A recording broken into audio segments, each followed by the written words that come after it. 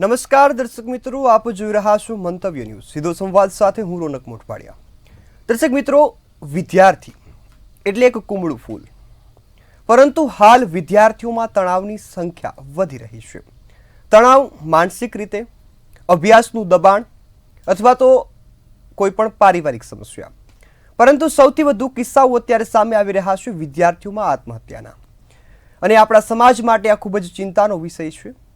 चिंताનો विषय એટલા માટે કારણ કે જો એક વિદ્યાર્થી આત્મહત્યા કરે તો એ સમગ્ર પરિવારના સપના વેરવિખેર થઈ જતા હોય છે।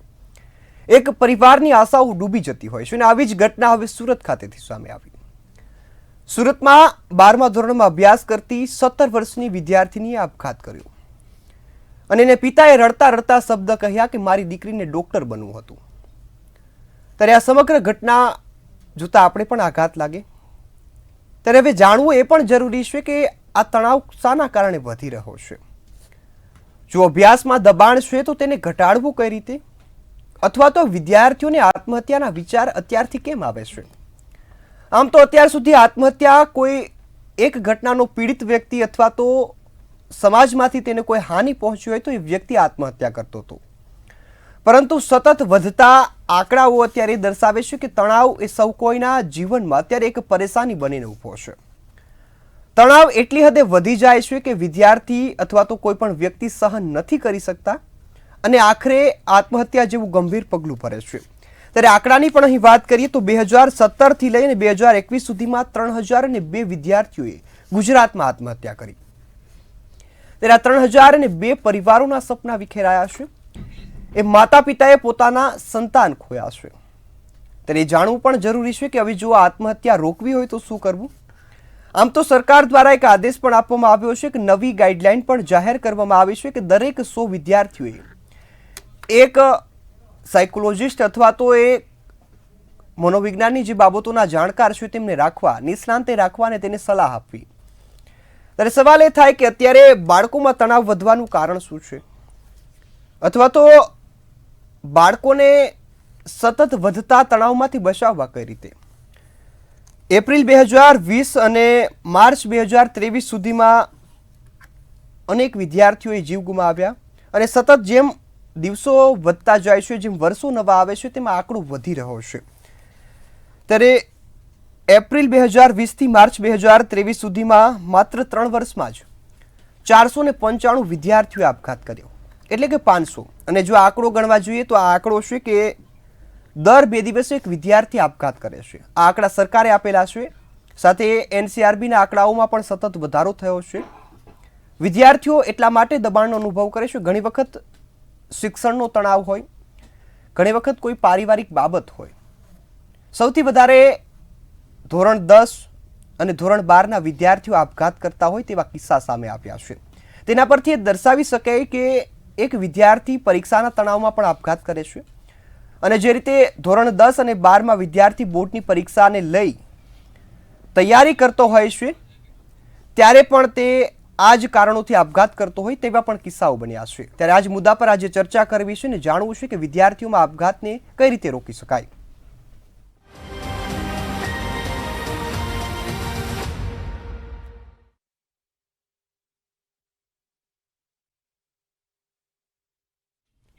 ત્યારે ગુજરાતમાં અત્યારે સ્થિતિ એવી છે કે એક તરફ માનસિક તણાવ છે અને બીજી તરફ વિદ્યાર્થીઓમાં એ શિક્ષણને લઈ દબાણ છે। તો સુરતમાં વિદ્યાર્થીનો આપઘાત એ દર્શાવે છે કે સતત જે તણાવના કિસ્સાઓ વધી રહ્યા છે તેના માટે હવે પગલાં ભરવા ચોક્કસ છે। ત્યારે એપ્રિલ 2020થી જે 23ના આંકડા છે, 495 સ્કૂલ અને કોલેજમાં વિદ્યાર્થીઓએ આપઘાત કર્યો, એમાં 246 જેટલી બાળકીઓ, છોકરીઓનો સમાવેશ થાય। સાથે એક 18થી 17 વર્ષની અંદરનું જે બાળક આપઘાત કરે છે ત્યારે હજુ તેની આપણે બુદ્ધિ પાકી ન ગણી શકાય, પરંતુ એનું કારણ જાણવું એ ખૂબ જરૂરી છે। અત્યારે ઘણી વખત આપણે સાંભળ્યું છે કે નોકરી અથવા તો આર્થિક બાબતોને લઈ યુવાનો તણાવનો અનુભવ કરે છે, પરંતુ એ બાબત यहाँ ગણાવવી ખૂબ મુશ્કેલ છે કારણ કે એક વિદ્યાર્થી પર કોઈ પણ પ્રકારનું આર્થિક દબાણ નથી હોતું। તો આ દબાણ આપણે શાળાકીય ગણી શકીએ, શિક્ષણનું દબાણ ગણી શકીએ અને તેને જ લઈ અત્યારે વિદ્યાર્થીઓ સતત આપઘાતના જે બનાવો છે તેના તરફ ધકેલાઈ રહ્યા છે. ત્યારે હાલ વિશ્લેષકો પણ એવું જણાવી રહ્યા છે કે જો કદાચ તેમને માર્ગદર્શન આપવામાં આવે, તેમને માનસિક સ્વાસ્થ્ય વિશે જાગૃતિ આપવામાં આવે તો આ કિસ્સાઓને આપણે હળવા કરી શકીએ. એ વિદ્યાર્થીના જે આપઘાતના કિસ્સાઓ છે તેને આપણે વારી શકીએ. પરંતુ હજુ પણ એ પ્રયાસો આપણા ચાલુ છે. સરકારે પગલાં લેવાની પણ અનેક જે વિદ્યાર્થીઓના વાલી છે, વાલી મંડળના પ્રમુખો છે, તેમની પણ માંગ છે કે આપઘાત રોકવા માટે સરકાર કંઈક કરે. અને સરકારે અત્યારે એક ગાઈડલાઈન બનાવી છે કે જેમાં રાજ્યની સ્કૂલ અને કોલેજોમાં મેન્ટલ હેલ્થ પોલિસી ફરજિયાત કરવામાં આવી છે. આ પોલિસીથી ફરક એ પડશે કે વિદ્યાર્થીઓને માર્ગદર્શન મળશે. સરકાર દ્વારા દર 100 વિદ્યાર્થી દીઠ એક કાઉન્સિલરને રાખવાનો આદેશ આપ્યો છે. કાઉન્સિલર 100 વિદ્યાર્થીઓને માનસિક સ્વાસ્થ્યનું માર્ગદર્શન આપશે. ઘણી વખત માર્ગદર્શન એ ખૂબ મહત્વનું બની જતું હોય છે અને કોઈનો જીવ બચાવવા માટે એક બ્રહ્માસ્ત્ર જેવું કામ કરે છે. ખાસ જે શૈક્ષણિક સંસ્થાઓ છે, જો આ પગલું ભરે તો કદાચ આ જે આપઘાતના કિસ્સાઓ છે તે આપણે ઘટાડી શકાય. અને આજે આ મુદ્દા પર ચર્ચા કરવી છે ત્યારે મારી સાથે ગેસ્ટ પેનલમાં જોડાયા છે ડૉક્ટર પ્રશાંત ભીમાણી કે જેઓ સિનિયર સાયકોલોજિસ્ટ છે, ડૉક્ટર પિંકલ ભટ્ટ કે જેઓ પણ સાયકોલોજિસ્ટ છે, નરેશભાઈ શાહ કે જેઓ ઓલ ગુજરાત વાલી મંડળના પ્રમુખ છે અને કૃષાબેન ભટ્ટ કે જેઓ લોના પ્રોફેસર છે અને સાથે સાથે એક યુવાન પણ છે. શરૂઆત નરેશભાઈ હું આપનાથી કરીશ કે વાલીઓ સૌથી મહત્વની વાત એ છે કે વિદ્યાર્થીને સૌથી વધારે સમય ઓળખતા હોય અથવા તો તેમની સાથે વિતાવતા હોય. કારણ શું માનો છો માનસિક તણાવનું? હેલો જી નરેશભાઈ, આપનો અવાજ આવે છે. જી આપની આ ડિબેટ બહુ જ સારી છે. અત્યારના સમયમાં, હાલના સમયમાં આપની ડિબેટ બહુ જ સારી. આજે તમે આ મુદ્દો બહુ જ સારો લીધો છે. બાળકનું જે છે એ માનસિકતા કેવી છે અને સ્કૂલના બાળકની માનસિકતા કેવી છે, સંપૂર્ણ આધાર ઉપર આપણે ચાલીએ તો હું માનું છું ત્યાં સુધી હમણાં એટલે રનિંગમાં જે રીતે બાળકો પર પ્રેશર ભણતરનું ને સ્કૂલોનું જે રીતે આવી રહ્યું છે, પ્લસ આપણી જે જીવનશૈલી છે મા બાપની અને સમાજની, એ જીવનશૈલી અત્યારે એટલી બધી ફાસ્ટ થઈ ગઈ છે અને આપણે પશ્ચિમ દેશોની તરફ જે રીતેની અત્યારે સોશિયલ મીડિયાનું ચલણ વધી રહ્યું છે અને એને જોતા અનુકરણ આજે હું માનું છું ત્યાં સુધી 8 થી 10 વર્ષનો બાળક સમજનો જલ્દી થઈ જતો હોય છે અને 12 વર્ષનો છોકરો આવે ત્યાં સુધી એને સમાજની બધી જ ખ્યાલ આવતો હોય છે. અને દેખાદેખી અને સમાજ જે રીતે ચાલી રહ્યો છે એ જોતા મધ્યમ વર્ગના મા બાપ જે કોઈ નોકરી કરતા હોય અથવા તો મધ્યમ ધંધો કરતા હોય તો દેખાદેખીના બાળકો પોતાનું એક્ટિવા ચલાવતા હોય, ગાડી લઈને આવતા હોય, ખર્ચો વધારે કરતા હોય અને જીવનશૈલી જોઈને આ બધું જ બાળકોની ઉપર સેન્ટિમેન્ટલ અત્યારે ખૂબ વધી ગયું છે. મા બાપો બી દેખાદેખી ભયંકર વધી ગઈ છે. તદ ઉપરાંત અત્યારે આઈસીએસસી, આઈબી અને સીબીએસઈ સ્કૂલોની અંદર જે રીતે બાહ્ય કોર્સો ભણાવવામાં આવી રહ્યા છે કે ભાઈ જે ગુજરાત ગવર્મેન્ટનું હોય કે ભાઈ આઈબી સેન્ટ્રલ ગવર્મેન્ટનો જે કોર્સ હોય એ કોર્સ સિવાયના અત્યારે પ્રાઇવેટ પબ્લિકેશનના કોર્સ હોય એ બધા જ કોર્સ પરાણે સ્કૂલોમાં ભણાવવામાં આવે છે અને ટ્યુશન ક્લાસીસ બી સ્કૂલોમાં ચાલવામાં આવે છે. હું માનું છું ત્યાં સુધી બાળક સવારે 6 વાગ્યાનો ઉઠીને સ્કૂલમાં જાય છે તો સાંજે 3-4 વાગ્યા સુધી સતત બાળક સ્કૂલમાં પરોવાયેલો રહે છે, એન્ગેજ રહે છે. એટલે આમ જોતા અત્યારે મને વાલી મંડળ તરીકે એવું લાગે છે કે બાળકો ઉપર પુષ્કળ પ્રેશર, જીવનશૈલી, મા બાપની જીવનશૈલી, ઘરના કંકાસો, મા બાપની આવક ઓછી હોય એટલે ઘરના કંકાસો, આ બધું જ જોતા અત્યારના બાળકોની પર જબરજસ્ત પ્રેશર અને માઇન્ડ જી બિલકુલ. અત્યારે એની પર વધારે ભાર મુકાતો એવું મને લાગી નથી. જી બિલકુલ નરેશભાઈ. તદુપરાંત જી હું આપની પાસે મા ફરીથી આવીશ. બાપની જી નરેશભાઈ. જોવા જઈએ તો દરેક મા બાપની અપેક્ષાઓ પોતાના બાળક ઉપર બહુ વધી ગઈ છે કે મા બાપ બીજા બાળકોના પૈસાદાર બાળકો જે કરતા હોય, સ્પોર્ટ્સ કરતા હોય, સ્વિમિંગ કરતા હોય, ક્લાસીસો કરતા હોય, જે બી અધર એક્ટિવિટીઝ હોય એ મધ્યમ વર્ગના બાળકો આ મા બાપ જોડે પોતાની માંગ રાખતા હોય છે. એટલે એના લીધે મા બાપને ખેંચાવવું પડે છે અને એ ક્લાસીસો રાખવા પડે છે. જી બિલકુલ નરેશભાઈ, હું એટલે ફરીથી આપની પાસે આવીશ. સમાજમાં જી બિલકુલ નરેશભાઈ, અત્યારે જોઈએ તો સમાજમાં બાળક ઉપરનું પ્રેશર, મને એવું લાગે છે કે ભણતા બાળક ઉપરનું પ્રેશર પુષ્કળ વધી ગયું છે, એવું મને હાલની દ્રષ્ટિએ જે સમાજ ચાલી રહ્યો છે એ મને લાગી રહ્યો છે વાલી મંડળ તરીકે. જી બિલકુલ. ત્યારે આપણી સાથે મયુરભાઈ જોશી પણ જોડાયા છે કે જેઓ સુમતિ સ્કૂલના પ્રિન્સિપલ છે. મયુરભાઈ, આપનું પણ ખૂબ ખૂબ સ્વાગત છે મંતવ્ય ન્યૂઝ પર. પ્રશાંતભાઈ, હું આપની પાસે આવીશ. આપ ડોક્ટર છો અને સાથે ખાસ એ કુમળા માનસને આપ અમારા કરતાં વધુ સમજતા હશો. સૌથી વધારે કારણ આપ શું માનો છો માનસિક તણાવનું? અત્યારે જે પ્રોબ્લેમ્સ બધા ચાલી રહ્યા છે એમાં સૌથી મોટું એક કારણ હોય તો એ સ્ક્રીન એડિક્શન છે. આ એક સૌથી મોટું કારણ હું ગણું છું. છોકરાઓની અંદર જે એગ્રેસિવનેસ છે કે ઓવરવેલ્મિંગ ફિલિંગ કે એન્ઝાયટી જે છે કે ડિપ્રેશન છે, બધા જેટલા પણ લક્ષણો છે એનું સૌથી મોટામાં મોટો સોર્સ ત્યાંથી આવે છે.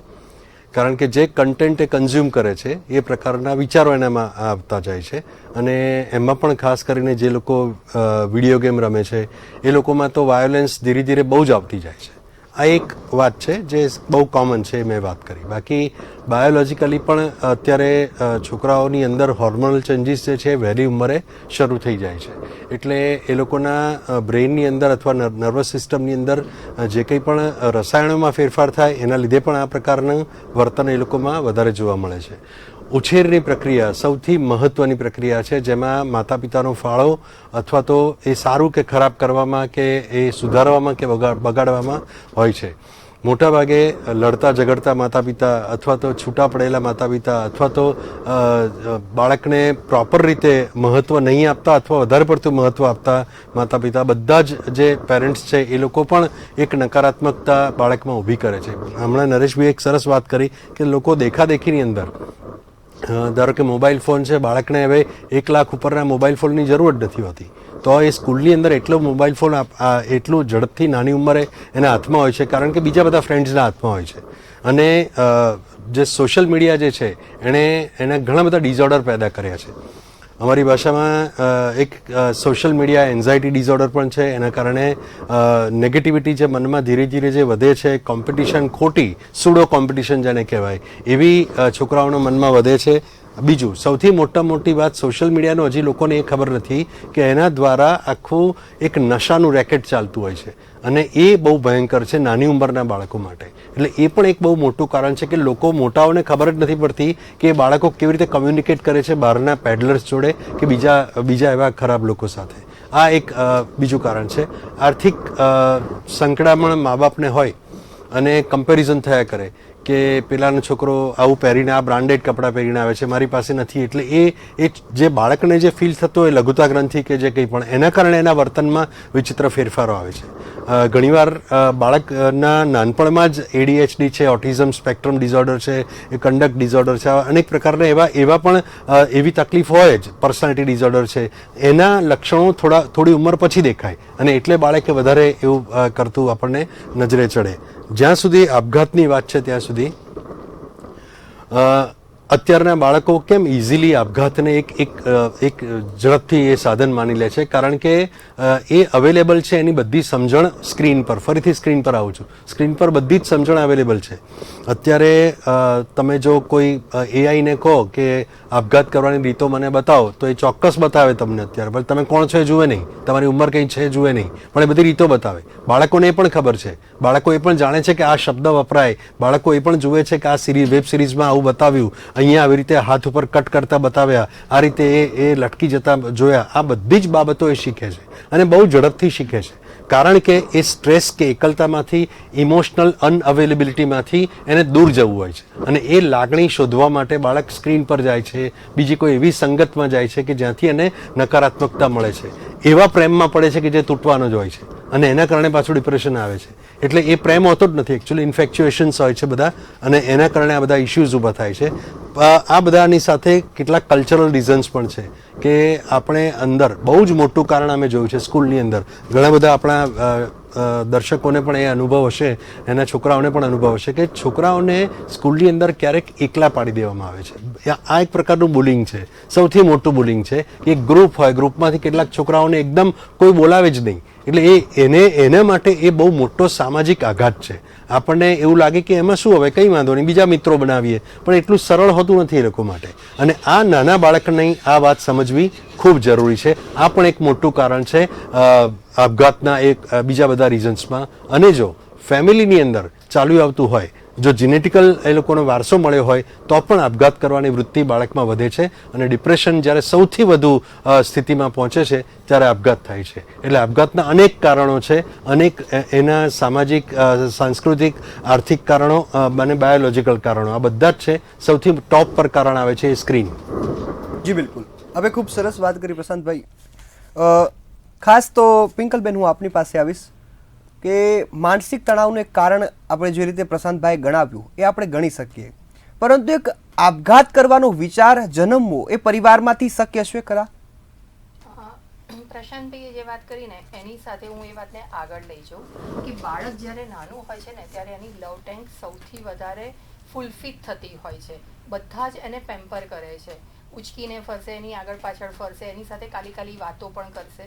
અને અત્યારે એક સાથે એક નવું થયું છે કે બાળકને જમવા માટે આપવા માટે પણ પેરેન્ટ્સ મોબાઈલ આપી દે છે. એટલે નાનું બાળક હોય છે ને 6-8 મહિનાનું, ત્યારથી જ એક રીતે એવું કહેવાય કે બ્રેઇનના એની અંદર જે પણ એના ડેવલપમેન્ટ થવાના છે ને એ ડેવલપમેન્ટ ઘણા ઓછા થાય છે. બ્રેઇન પેરાલિસિસ એક શબ્દ પણ આપણે કહી શકીએ.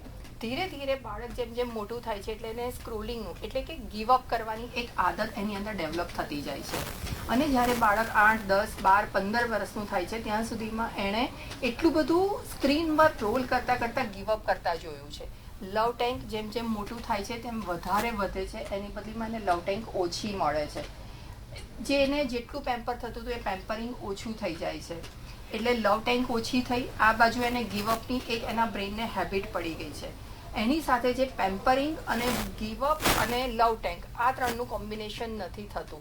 એટલે જે ઓપોઝિટ ચેલેન્જો લેવાની છે ને એ ઓપોઝિટ ચેલેન્જો માટે બ્રેઇન રેડી નથી હોતું. અને બ્રેઇન રેડી નથી હોતું એટલે ફિઝિયોલોજિકલ એનું બોડી પણ એને સાથ નથી આપતું. અને જ્યારે સુસાઇડના કોઈ પણ વ્યક્તિ કરે છે ને ત્યારે 1 ડેમાં ડિસિઝન નથી લઈ લેતું કે આજે હું મરી જ જઈશ. બહુ પહેલાં એના સિમ્ટમ્સો શરૂ થઈ ગયેલા હોય છે. એ બાળક એકલું બી રહે છે, રડે બી છે, કમ્પ્લેન મોડ ઉપર બી આવ્યું હોય છે, એંગરનેસ પણ એની વધી ગઈ હોય છે, ઘણી બધી જગ્યાએ વિકૃતતા પણ વધી હોય છે, બાળકની અંદર સેડનેસ બી હોય છે. એટલા બધા સિમ્ટમ્સોમાંથી બાળક નીકળે છે.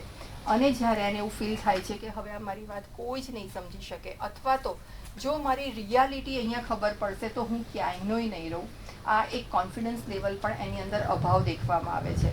ત્યારે ચોક્કસ બાળક આત્મહત્યા તરફ વળે છે. અને આત્મહત્યા કરું ના કરુંના કેસમાં પણ હોય છે. સાથે સાથે અત્યારે લોકોની અંદર પોતાના આજુબાજુના લોકોનો મૂડ નથી, સ્માઇલ નથી, ડિસ્ટર્બ રહે છે. એ ફેમિલી મેમ્બર બી ગણો અથવા તો ફ્રેન્ડ સર્કલ ગણો કે કામની જગ્યા ગણો કે સ્કૂલમાં જેમ કીધું કે ટીચરોએ બી મેન્ટલ હેલ્થ અવેરનેસ પ્રોગ્રામો લેવા જોઈએ. કારણ કે ટીચરો ઉપર બી એ ફોકસ નથી કે જે બાળકો છે, બાળકોની અંદર રિયાલિટી છે, ઓરિજિનલ એ બાળક રહ્યું છે કે નથી રહ્યું, એની સ્માઇલ રિયલ છે કે નહીં, બાળકની અંદરની એક શરારતો હોય, તોફાની હોય હરકતો, એ બી બાળક મેન્ટેન કરી શકે છે કે નથી કરી શકતું, એ બધું પણ અવેરનેસ ટીચરોએ જોવું જોઈએ. અને જો એ નથી તો ચોક્કસ એને કાઉન્સિલર સુધી પહોંચાડવાનો ટીચરોએ પ્રયત્ન કરવો જોઈએ અથવા તો એના પેરેન્ટ્સ સાથે વાતચીત કરવાનો પ્રયત્ન કરવો જોઈએ. આ બધા આત્મહત્યા પહેલાંના સિમ્ટમ્સોને જો નોટિસ કરવામાં આવશે, ધ્યાન રાખવામાં આવશે તો ચોક્કસ આપણે આત્મહત્યાના કેસને ઘટાડી શકીશું. આત્મહત્યા થઈ ગયા પછી જ્યારે આપણે એના ઉપર ચર્ચા કરીએ છીએ એના કરતાં વધુ જરૂરી છે આત્મહત્યા સુધીનો કેસ પહોંચે નહીં. 0 to 5 years સુધી જો બાળકને આપણે વધારે સારી રીતે સમજી શકીએ, સાચવી શકીએ, એને કેવી રીતે સોશિયલ મીડિયાનો ઉપયોગ કરવો જોઈએ, ક્યાં કેવી રીતે કઈ વાત કરવી જોઈએ, અને એક જે રિયલ છે કે સ્પર્શ છે, હૂંફ છે, સાથ છે, સપોર્ટ છે, અનકન્ડિશનલ લવ છે, જો એ 0 to 5 yearsમાં બાળકને મળશે તો આગળ જતાં મેન્ટલ હેલ્થ ઇસ્યુને આપણે ચોક્કસ ઘટાડી શકીશું. જી બિલકુલ. મયુરભાઈ, હું આપની પાસે આવીશ. આપ એક શાળાના પ્રિન્સિપલ છો ને તમામ વિદ્યાર્થીઓને શાળાના શિક્ષકો સાથે આપની વધુ વાત થતી હશે. ખાસ તો એ વિદ્યાર્થીઓના જીવનમાં અત્યારે શિક્ષણને લઈ કેવા બદલાવ આવ્યા છે કે દબાણ વધી રહ્યું છે, તો એ વિદ્યાર્થીઓના જીવન અથવા તો તેમના માનસિક તણાવ પર કેવી અસર વર્તાવી રહ્યા છે? શું કોઈ એમના વર્તનમાં બદલાવ આવ્યો છે, અથવા તો એમનું કોઈ ચીડચીડો સ્વભાવ થઈ ગયો હોય, અથવા તો કઈ એક માનસિક રીતે તણાવના કારણે બદલાવ શારીરિક અને તેમના સ્વભાવમાં આવ્યા હોય? શિક્ષણના વ્યક્તિ તરીકે બાળક સાથે સૌથી વધારે નજીકથી જોવાનો અને માણવાનો અવસર મળ્યો છે. બધા તજજ્ઞોએ જે વાત કરી એનો બેઝ એ છે કે આજની લાઈફસ્ટાઈલ બતાવવા, જતાવવા, સતાવવા અને ફસાવવાની વચ્ચે ક્યાંક અટવાય છે અને આનું મોહરું બાળક બને છે. આપે કહ્યું બાળકની, મેં પહેલાં એવું સાંભળ્યું હતું ડ્યુઅલ પર્સનાલિટી. આજનો બાળક મલ્ટી પર્સનાલિટી વચ્ચે જીવે છે અને એનું પ્રેશર છે ને એ ન માની શકાય એટલું છે. અને એનું કારણ છે, આપણે કારણ કોઈ એક વ્યક્તિ, એક વિભાગ કે એક જ ક્ષેત્રને આપીએ તો આપણે વામણા ગણાઈશું ને સમસ્યાનો હલ નહીં મેળવી શકીએ. આના માટે આપણે સઘળી જવાબદારીઓ સ્વીકારવી પડશે. એનો બેઝ છે કે બાળક ઉપર અતિ થઈ રહ્યું છે કાર્યનું, માતા પિતા, સમાજ અને એમના લીધે શિક્ષણ વિભાગે પણ અપેક્ષાઓ રાખવી પડે છે. અમારી પાસે દબાણ છે કે રિઝલ્ટનું, મા બાપની પાસે દબાણ છે કે મારા દીકરા કે દીકરી ભણશે તો જ આગળ વધશે. આ એક વ્યાખ્યા બની ગઈ છે, ભણશે તો જ આગળ વધશે. ડિગ્રી ટકામાં બાળકો કટાઈ રહ્યા છે, આ એક પ્રશ્ન છે. અમે નજદીકથી જે જોયું છે એ સુસાઇડની ઘટના બનવાનું પાયાનું કારણ હોય તો આ સઘળા દબાણ. આપણે એક વ્યક્તિ, મા બાપને કહીને છૂટીશું તોય નહીં ચાલે, આપણે સમાજને કહીને છૂટીશું તોય નહીં ચાલે, શિક્ષણને કહીને છૂટીશું તોય, સઘળાએ જવાબદારી લેવી પડશે. સાચું કહું તો બાળકને આપણે જીતતા શીખવવાની સ્પર્ધામાં એટલા આગળ વધી ગયા છીએ કે એને હારતા શીખવાડતા જ નથી. અમને એક નાનું ઉદાહરણથી વાત કરીશ. આપણે ગામના ગોંદરે પહેલાં 5, 6, 7 વડીલો બેઠા હોય ને, એમને એક અબાધિત અધિકાર હતો કે ગામના ગમે તે દીકરાને બોલાવીને ઠપકો આપી શકતા હતા. સમાજ પાસેથી આ ઠપકાનો અધિકાર આપણે છીનવી લીધો છે. આજના બાળકને આપણે એક શબ્દ પણ નથી કહી શકતા, અને જો કહેવામાં આવે તો માતા પિતા દ્વારા અથવા અન્ય દ્વારા. એટલે એ અધિકાર, આના લીધે એક કરતાં પરિસ્થિતિ એ થઈ છે કે આજનો બાળક ના નથી સાંભળી શકતો અથવા તો નિષ્ફળતાનો શબ્દ નથી સાંભળી શકતો. અને આપણે બધાએ જાણીએ છીએ કે જીવન એ નિષ્ફળતાઓ અને સફળતાઓનો સરવાળો છે. તો હું તો કહું છું પરીક્ષાઓમાં નપાસ જ ન કરવો એ સિદ્ધાંત હોય જ શા માટે?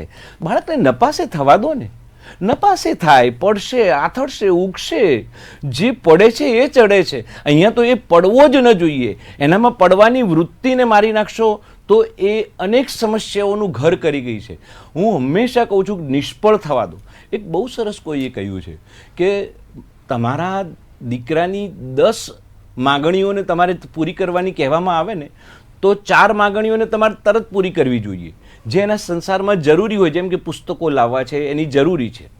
4 માગણીઓ જે તમે પૂરી કરી શકો એમ હોય છતાં પણ એનામાં રાહ જોવડાવવી પડે.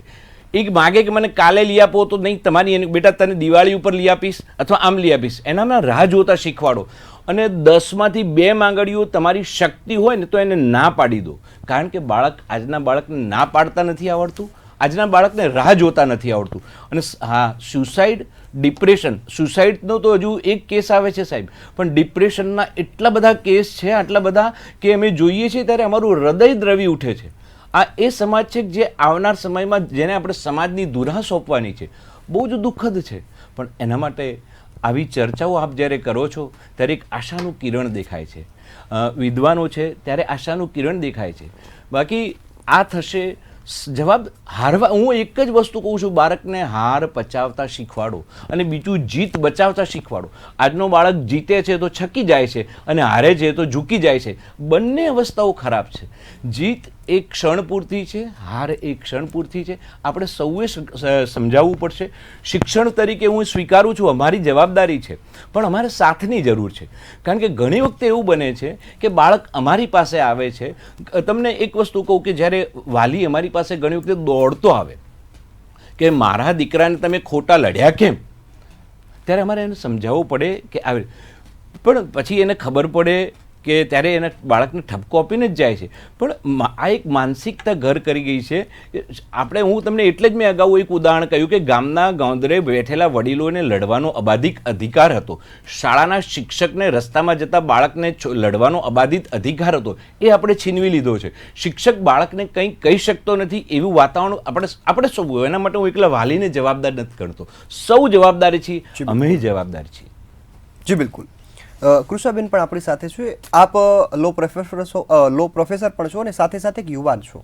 આપને હું એ પૂછીશ કે યુવાનોમાં અત્યારે તણાવનું પ્રમાણ પણ વધી રહ્યું છે, એનું કારણ શું હોય અને કાયદાકીય રીતે તેમને કઈ રીતે મદદરૂપ થઈ શકીએ? અત્યારે યુવાનોમાં પણ ઘણો વધારો જોવા મળે છે કે એ લોકો પણ મેન્ટલ હેલ્થથી સફર થઈ રહ્યા છે.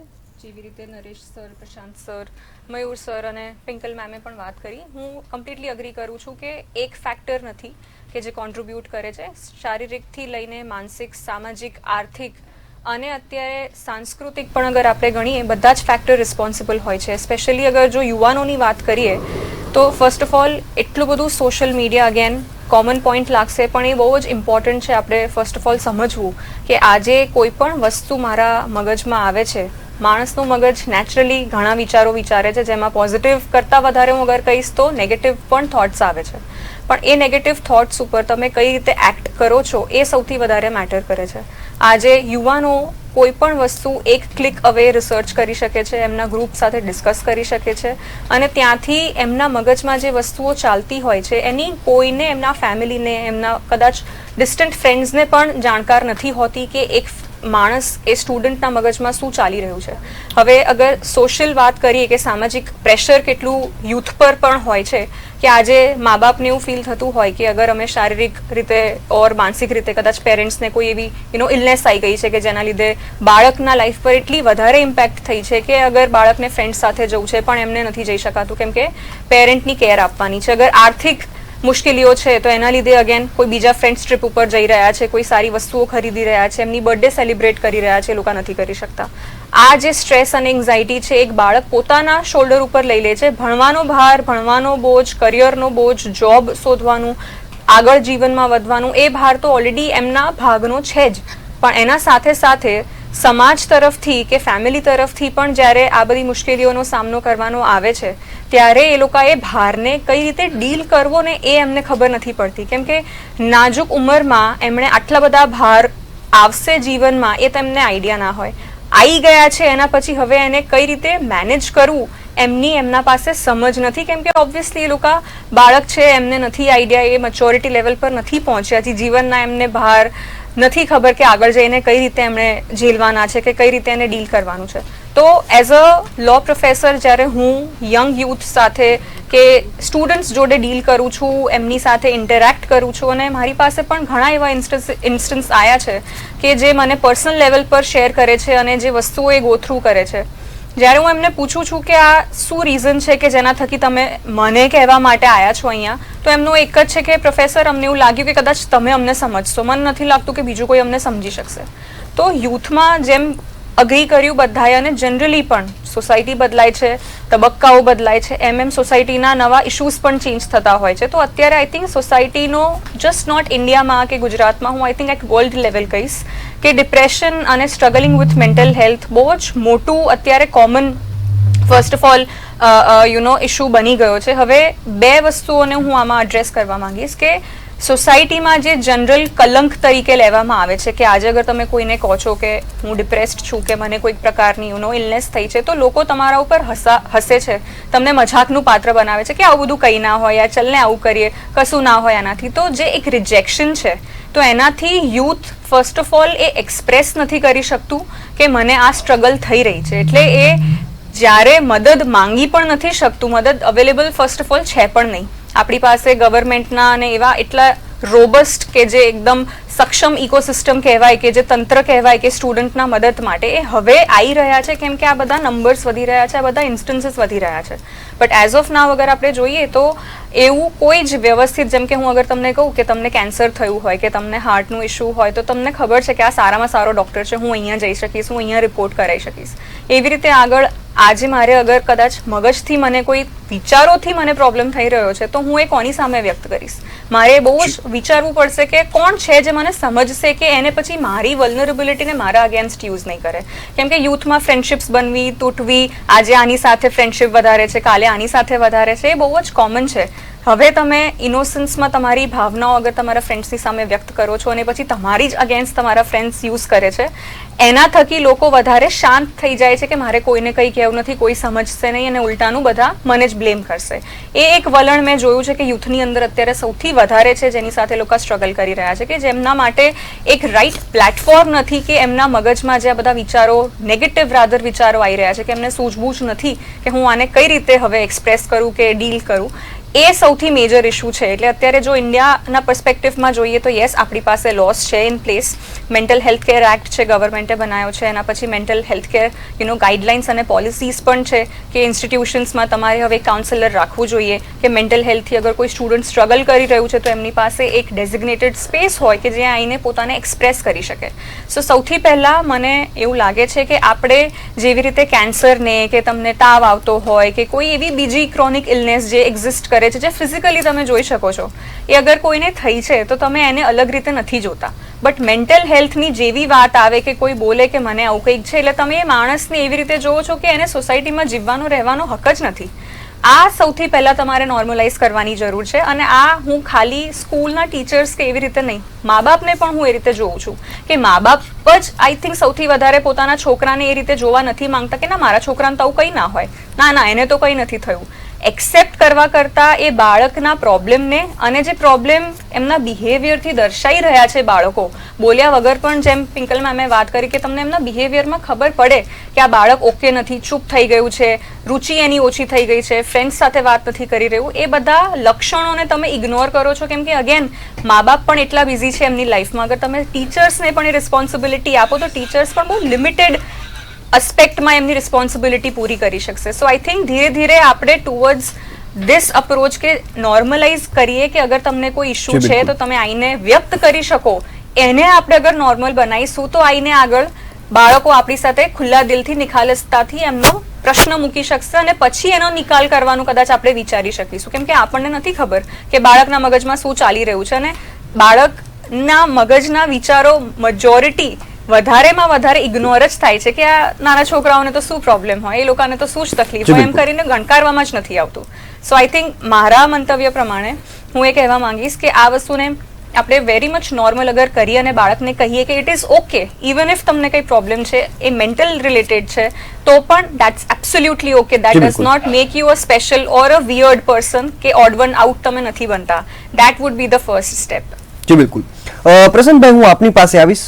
આપે કારણ ખૂબ સરસ રીતે જણાવ્યા કે કારણ હોઈ શકે, પરંતુ જો એ વિદ્યાર્થી અથવા તો કોઈ પણ વાલીને ઓળખવું કે તણાવનો અનુભવ થઈ રહ્યો છે, આત્મહત્યાના એ થોટ આવી રહ્યા છે, વિચારો આવી રહ્યા છે, તો એ સમગ્ર પ્રક્રિયાને ઓળખવી કઈ રીતે? કારણ કે વાલીઓ માટે અત્યારે એ જ કઠિન બની ગયું છે કે વિદ્યાર્થી અથવા તેના જે બાળકના મનમાં શું ચાલી રહ્યું છે.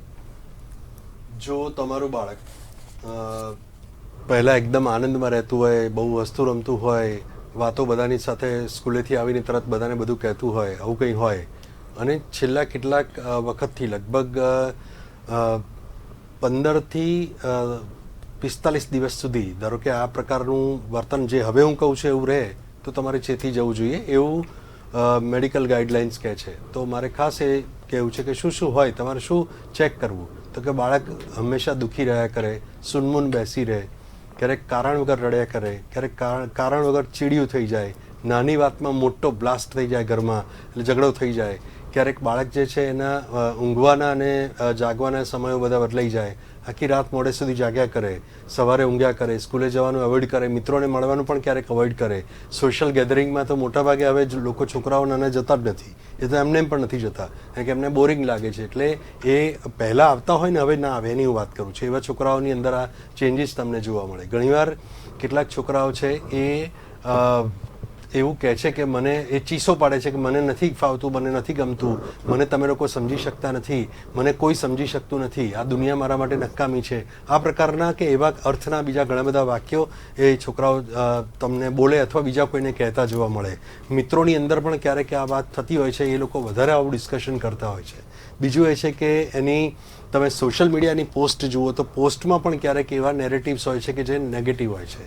એની અંદર એ પ્રકારની તમને ધીરે ધીરે ઝલક દેખાય તમને કે આ બાળકના મનમાં એવા વિચારો ચાલી રહ્યા છે. અમે એને જોઈ શકીએ અત્યારે as a doctor as a consultant અમને ખબર પડે કે ના હવે એનામાં ચેન્જીસ થઈ રહ્યા છે. જો એની હિસ્ટ્રી જોઈએ તો આખા વર્લ્ડ ઓવર આ એક હિસ્ટ્રીના પાર્ટ તરીકે પણ જોવામાં આવે છે, કારણ કે સોશિયલ મીડિયા પોસ્ટ હવે બહુ કોમન છોકરાઓ માટે થઈ ગઈ છે, એટલે એમાં પણ એનું પ્રતિબિંબ તમને તરત જોવા મળે. બીજું કે આ છોકરાઓ જે છે એ ક્યારેક ક્યારેક શારીરિક દુખાવાની ફરિયાદ કરે, જે શરીરમાં ખરેખર એનું કોઈ બાયોલોજિકલ કારણ ના હોય. ક્યારેક માથું દુખતું હોય, એને માઇગ્રેનનું નામ આપે. હવે migraine is a very big different disorder, એ ન્યુરોલોજિકલ ડિઝોર્ડર છે. હવે એને સાયકોલોજીકલી કંઈક કોઈ સ્ટ્રેસ કે બીજું કંઈ હોય ને એને કે મને માઇગ્રેન છે એટલે એ પછી બીજી આખી એવી પ્રક્રિયામાં પડી જાય કે જ્યાં બીજા ડૉક્ટરો જે બધા છે એને જોતા હોય ને એની એ દવાઓ લે એટલે એમાંથી એને સિમ્પથી મળે. એટલે એ પ્રોસેસમાં પણ બાળક ક્યારેક જતું રહે. બાળક ક્યારેક સ્કૂલે જવાની ના પાડે, હોમવર્ક એ બરાબર ન કરે.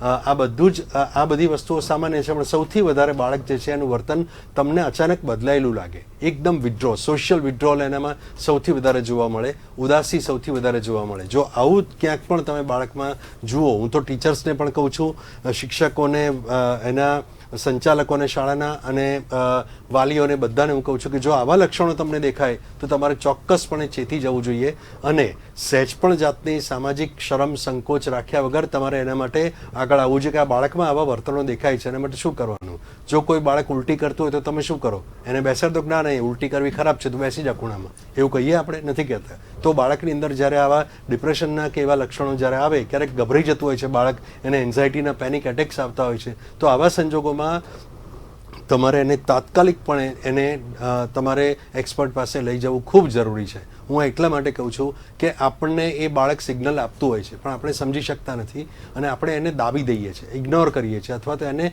ગણતા જ નથી.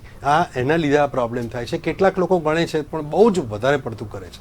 એવા લોકોની પણ હું વાત કરું. કેટલાક માતા પિતા છે, હવે બાળકને સહેજ કંઈક સામાન્ય કંઈક એવું થયું, રડ્યું, તો એના માટે એટલો મોટો એ કરી નાખે કે ના મારું બાળક રડે જ કેમ. એટલે જે સાહેબે સરસ વાત કરી કે આપણે બાળકને નિષ્ફળતા શીખવાડતા નથી, એટલે એ બંનેનું બેલેન્સ જે છે નથી હોતું ને એટલા માટે આ પ્રોબ્લેમ થાય છે. એટલે ક્યારેક બાળકો હોય એના કરતાં વધારે પ્રકારના સિમ્ટમ્સ બતાવે છે. તો એ કોણ ઓળખી શકે? એ ક્વોલિફાઈડ ડૉક્ટર કે એને જે એક્સપર્ટ હોય એ જ ઓળખી શકે કે ભાઈ આ સિમ્ટમ્સ જે છે એ રિયલ છે અને આ ફેક સિમ્ટમ્સ છે. ઘણીવાર એમાં પણ ડિસ્ટિંગ્વિશ કરવું કે અમારી ભાષામાં જેને ડાયગ્નોસિસ કરવું ખૂબ જરૂરી હોય છે. એટલે પણ જો એક સામાન્ય માણસ તરીકે મેં કહ્યું એ જો દેખાય કે નિરાશા છે, એકલા રહેવું છે, ખાવા પીવામાં ફેર ચેન્જીસ થાય, ક્યારેક બહુ જ ખાધા કરે, ક્યારેક બિલકુલ ખાવાનું બંધ કરી દે, આ પ્રકારના અમુક વિચિત્ર વર્તનો થાય, ઝઘડાઓ થાય, ચીડિયા પણ બહુ જ વધી જાય, નાની બાબતમાં બ્લાસ્ટ થઈ જાય, તો આ બધી જ બાબતોને કન્સિડર કરવાની હોય છે અને એના પર ધ્યાન આપવું જરૂરી છે. બાળક કહે છે ક્યારેક કે મને ગમતું નથી, મારે ભાગી જવું છે, ત્યાંથી આ શરૂઆત થાય છે. પછી કેટલાક બાળકો, આ હું બધા માતા પિતાને કહી દઉં છું કે ફૂલ સ્લીવના કપડાં પહેરવા માંડે છે. તો તમે ઘણાને અમે ક્લિનિકમાં આવતા જે બાળકો છે એમને જોયું છે કે અમે કપડાં ઊંચા કરીને જોઈએ તો અહીંયા આગળ કાપા પાડેલા હોય, કારણ કે એ લોકોએ સેલ્ફ હાર્મની કોશિશ કરેલી હોય, બ્લેડ લઈને કાપા પાડ્યા હોય. ક્યારેક એટલી બધી હિંમત ના હોય એટલે બહુ ધીમો હળવો કાપો પાડ્યો હોય, પણ જ્યારે એનો કદાચ વજનથી એનો હાથ પડી જશે તે બાળકનું મૃત્યુ થશે, એ આપણને ખબર નથી હોતી. અને એ માન્યતાનું મારે સાવ ખંડન કરવું છે અહીંયા આગળ આ મંતવ્ય ટીવીના પ્લેટફોર્મ પર કે જે કોઈ વ્યક્તિ એવું કહે છે કે હું આપઘાત કરીશ, તો કેટલાક લોકો એવું માને છે કે આ તો ખાલી ગાજા મેઘ છે, વરસે નહીં. એ વાત તદ્દન ખોટી છે. જ્યારે કોઈ વ્યક્તિ આવું બોલે છે ત્યારે થોડુંક એને સિરિયસલી લઈ અને તમારે એના માટે સાયકોલોજીકલ હેલ્પ લેવી જ જોઈએ, કારણ કે આ એક સિમ્ટમ છે, આ એક લક્ષણ છે, છેક સુધી બહાર આવે છે. કદાચ તમે એવું માનો છો કે આ તો ખોટું બોલે છે, ધમકાવે છે મા બાપને, કંઈ વાંધો નહીં, બહુ તો તમને જે એક્સપર્ટ પાસે જશો પછી ખબર પડશે કે એની પાછળનું કારણ આ છે, એટલું જ થશે ને, એનાથી વધારે કંઈ નહીં થાય ને. પણ જો બાળક આવું બોલ્યું હશે તો ડેફિનેટલી એના મનમાં કોઈને કોઈ વિચાર ક્યારેક ને ક્યારેક એવો આવ્યો જ છે કે જેને અમલમાં મૂકવા જઈ રહ્યો છે. હું તમને બહુ એક ગંભીર બાબત કહું છું કે કેટલાક ટીવી શોઝ છે, વેબ સિરીઝ છે કે કેટલાક એવા ક્રાઇમ સિરીઝ છે, એમાંથી બાળક આ પ્રકારની આત્મહત્યાથી બચતા નહીં પણ એ કેવી રીતે કરવી એ શીખે છે. અને હવે તો એવરીથિંગ ઇઝ અવેલેબલ એટલે ઓનલાઈન ગૂગલ છે, એઆઈ છે, એના પર આ બધી એના સરળ રસ્તાઓ અવેલેબલ છે. એટલે બાળકને ખબર જ હોય છે. એટલે એક બાળક બીજા બાળકને વાત કરતું હોય છે કે યાર એસા લાગે તો હમકો એસા કરના चाहिए, આવું લાગે તો આવું કરાય, બહુ ઇઝી છે, એમાં કંઈ વાંધો નહીં, કંઈ પેઇન ના થાય. આવી બધી વાતો અમે સાંભળી છે, જેમાં અમારા માટે બહુ આશ્ચર્યની વાત છે અને બહુ આઘાતજનક વાત છે. એટલે જી, બિલકુલ. બાળકના લક્ષણો સમજી વહેલી તકે એને સારવાર માટે લઈ જવું જોઈએ. જી બિલકુલ. પિંકલબેન, હું આપની પાસે આવીશ.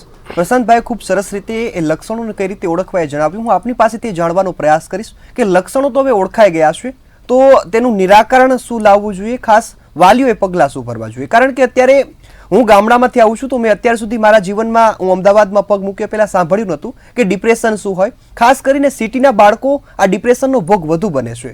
તો સામાજિક કારણ અથવા તો એ સામાજિક કારણ છે, તો નિરાકરણ શું હોય? નિરાકરણ માટે આપણે જોઈ શકીએ કે કોરોનામાં સૌથી વધારે બધા ડરી ગયા હતા. કોરોના કરતાં પણ વધારે ભયાનક કોઈક રોગ તો કેન્સર બી કહી શકાય કે એના સિવાય બીજા ઘણા બી વાયરસ આવ્યા હતા, પણ કોરોનામાં સોશિયલ ડિસ્ટન્સ આવી ગયું હતું.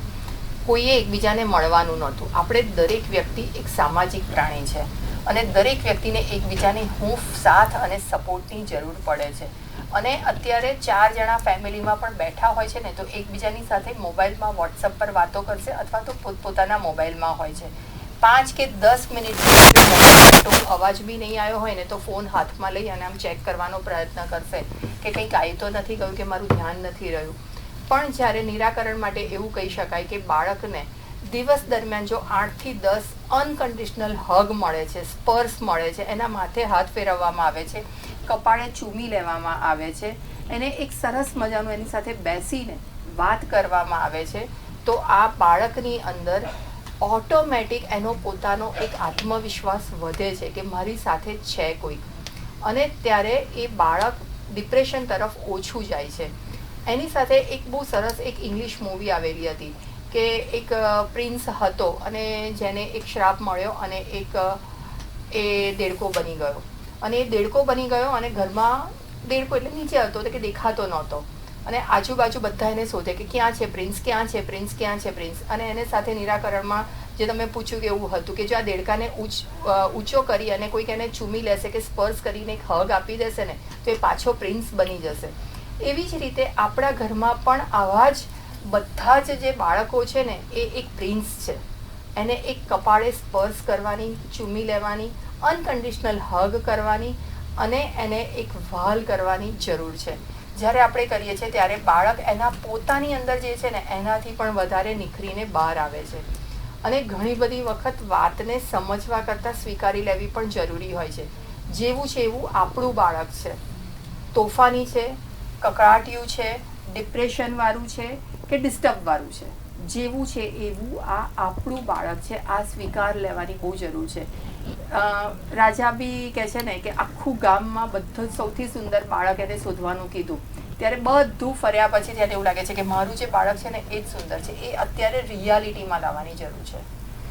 નિરાકરણમાં સૌથી વધારે 8 દિવસના જો હગ મળે છે અનકન્ડિશનલ કોઈ પણ જાતના, અને આ ખાલી બાળકને નહીં, દરેક વ્યક્તિને, તો મેન્ટલ હેલ્થનો ઇશ્યુ 50 થી 60% ઘટી જશે.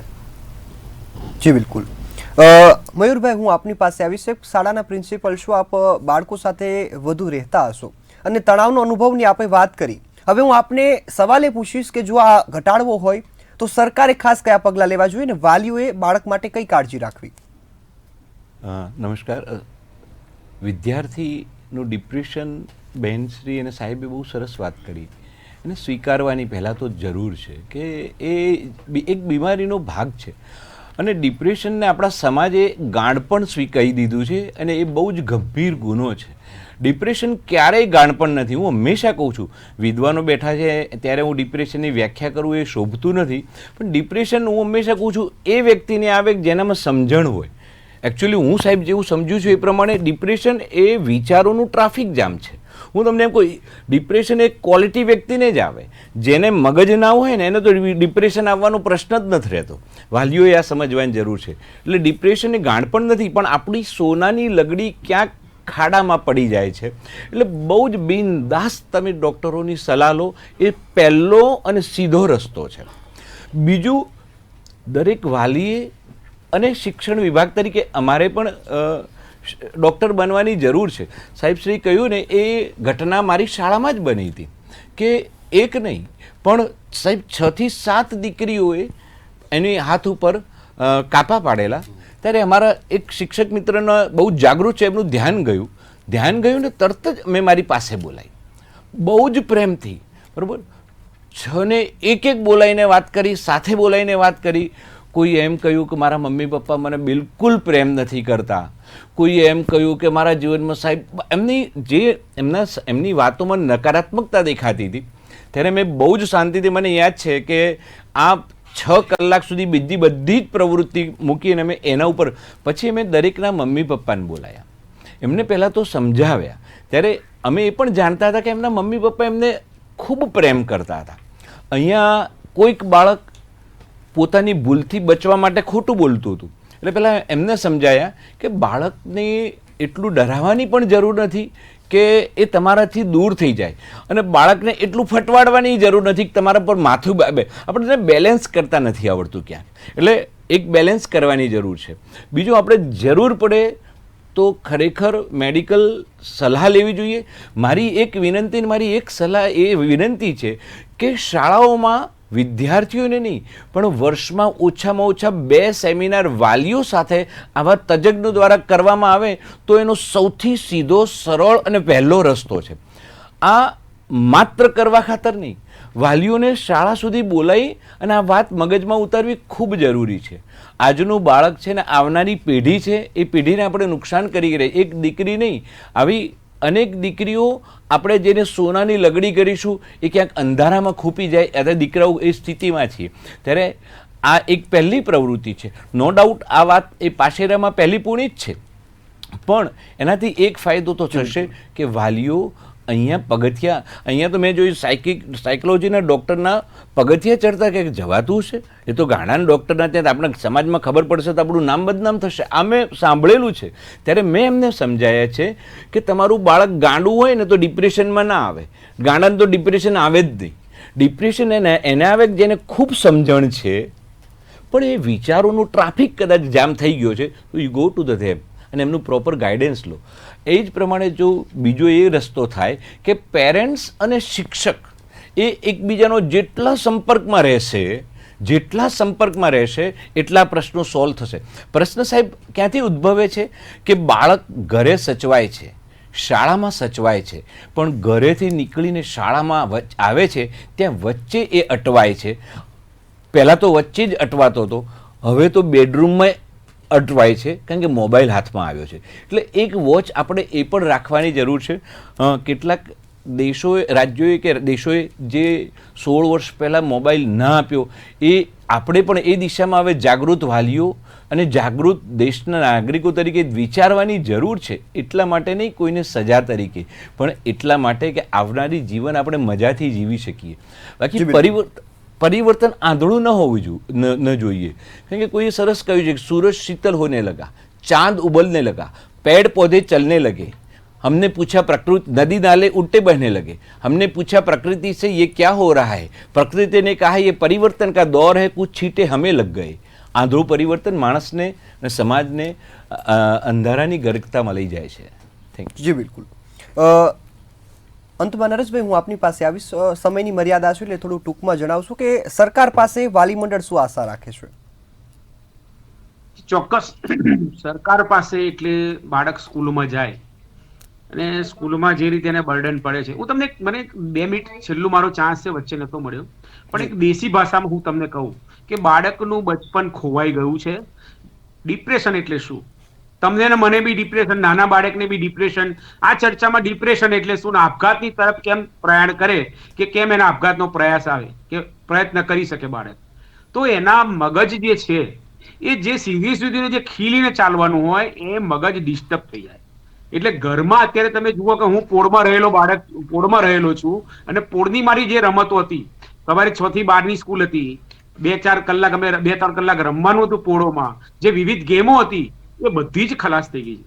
પોળોની જગ્યાએ ફ્લેટો આવ્યા, 2 બેડરૂમના 3 બેડરૂમના. મારા જ હું તમને બાળકની વાત કરું કે એ પોતે કહે છે કે પપ્પા હું ઘેર કંટાળી જઉં છું રૂમમાં. બાળકને મા બાપ નીચે ઉતરવા બી દેતા નથી. 1-1 કલાક ખરેખર તો મા બાપને 1-1 કલાક બાળકને લઈ જવો પડે, ગાર્ડનમાં લઈ જાઓ, નીચે આંટો મારવા લઈ જાઓ, કંઈક બીજી કરવા લઈ જાઓ. હું તમને બહુ સચોટ વસ્તુ કહું છું કે વાલી મંડળ હું ચલાવું છું એટલે મને નાની નાની વસ્તુની ખબર છે.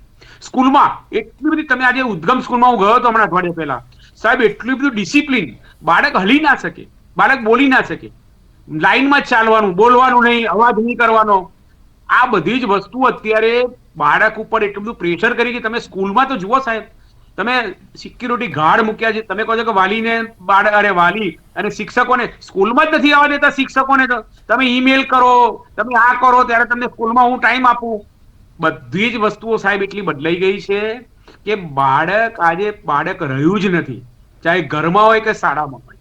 એને ખીલવા માટે, એને બાહ્ય આવવા માટે એ આજના સમાજમાં બાળકને બધું જ બંધ થઈ ગયું છે. જે રીતે અત્યારે સમાજ ચાલી રહ્યો છે, જે રીતે ઘરોમાં જીવન જીવી રહ્યું છે. હું તમને એક ટેમ્પરરી દાખલો આપું. ઘણા મા બાપ હોય છે, બરાબર છે, સવારે નોકરી જાય, આવે ઘરમાં સીધા આવીને સીધા બહાર. બાળક માટે અડધો કલાક બી મા બાપ આપી નથી શકતા કે બેસી નથી શકતા. મેં એવા ઘણા વાલીઓ જોયા છે કે જે ઘરમાં પગ મૂકતા જ નથી, બાળકો જોડે બેસતા જ નથી. જેમ બેને કીધું એમ કે ભાઈ બાળકને વાલ આપો. શું વાલ આપે? પણ એના મા બાપ જ ઘરમાં ના રહેતો. આજે કીટી પાર્ટીઓ, આ તે, તમે જીવન જ અત્યારે એવું થઈ ગયું છે સાહેબ કે બાળક એક જ રૂમમાં, આજે 100 વારનો ફ્લેટ હોય એટલે 2 બેડરૂમ હોય, બાળક એક રૂમમાં 10 બાય 10 રૂમમાં ગાંડો થઈ જાય છે. કારણ કે એની બધી જ રમતો ખલાસ થઈ ગઈ છે. એની પર ભણતરનું બર્ડન, મા બાપનું બર્ડન, એટલે માનસિકતા જે દબાઈ રહી છે, સંકોચાઈ રહી છે. ડિપ્રેશન એટલે શું કે તમારું મગજ જે ખીલવાનું હોય એની જગ્યાએ બધી જગ્યાએથી બર્ડન આવે, ભાર આવે, ત્યારે માનસિકતા ખરાબ થાય અને તમારા વિચારો આ રીતે આવે કે ભાઈ મારે મરવું છે. જી બિલકુલ. સમયની મર્યાદા છે એટલે કાર્યક્રમને અહીં સમાપ્ત કરવો પડશે. આપ સૌ અમારી સાથે જોડાયા, આ મુદ્દા પર ખૂબ સરસ માહિતી આપી અને માર્ગદર્શન આપ્યું બદલ આપનું ખૂબ ખૂબ આભાર. તો દર્શક મિત્રો, આ હતા નિષ્ણાતોના મત કે જે રીતે કોઈ પણ બાળકને ડિપ્રેશનમાંથી બહાર કાઢવું અથવા તો તેનું જીવન બચાવવું તો એ માતા પિતાના અને શિક્ષકોના હાથમાં છે. આગામી સમયમાં આશા છે કે આ તમામ પગલાઓ ભરવામાં આવશે. સરકારે જે ગાઈડલાઈન જાહેર કરી છે તેનું સારી રીતે પાલન થશે અને આગામી સમયમાં આવી કોઈ પણ ન ઘટના બને તે માટે આપણે સૌ કોઈ ભગવાનને પ્રાર્થના કરીએ છીએ. આ પ્રાર્થના સાથે અહીં કાર્યક્રમની સમાપ્તિ કરીએ છીએ. ફરી મળીશું એક નવા વિષય સાથે. ત્યાં સુધી મને રજા આપશો. નમસ્કાર.